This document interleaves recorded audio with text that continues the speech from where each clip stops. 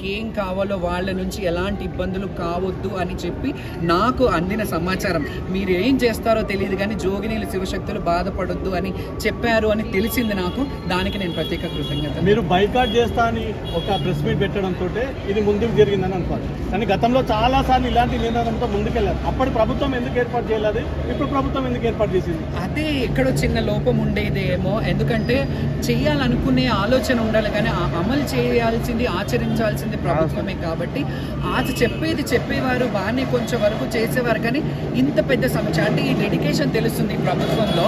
ఎందుకంటే ఏదో చేస్తున్నాము ఏదో చేసేసాము అనుకోకుండా దాని మీద మీరే ఆలోచించండి. ఒక ప్రిన్సిపల్ సెక్రటరీ ఏంటి, శివశక్తుల గురించి మాట్లాడడం ఏంటి, ఒక డీసీపీ గారేంటి, ఆవిడే దీని గురించి కమిటీస్. ఇంకొకటి చెప్పనా, బ్యారికేడింగ్ ఎట్లా ఉందో, ట్రాఫిక్ సిగ్నల్ రూట్ మ్యాప్ ఎలా ఉందో అది కూడా టీవీలో రిప్రజెంట్ చేసి ఇలా ఉంటుంది ఇలా ఉండాలి, ఇట్లా మాత్రం ఏం ప్రభుత్వం చేయలేదు. అందుకనే చెప్తున్నాను, చేయడం వేరు, మాట్లాడి మీకు ఏం కావాలో అని అనడం వేరు, ఆచరించడం వేరు. ఈ ప్రభుత్వం ఆచరించింది కాబట్టి ఈ ప్రభుత్వానికి ఎప్పుడు మేము చల్లగా ఉండాలని మనస్ఫూర్తిగా కోరుకుంటున్నాం. టెంపుల్ విశిష్టత ఏంది? ఎన్ని సంవత్సరాల నుంచి ఈ బోనం ఎత్తుతా ఉన్నాం? 200 పైగా సంవత్సరాల పైగా ఈ అమ్మవారి విశిష్టత ఉంది. ఈ గడ్డకి అంటే లష్కర్ గడ్డ కంటే ఇప్పుడు జిల్లాలు బస్తీలు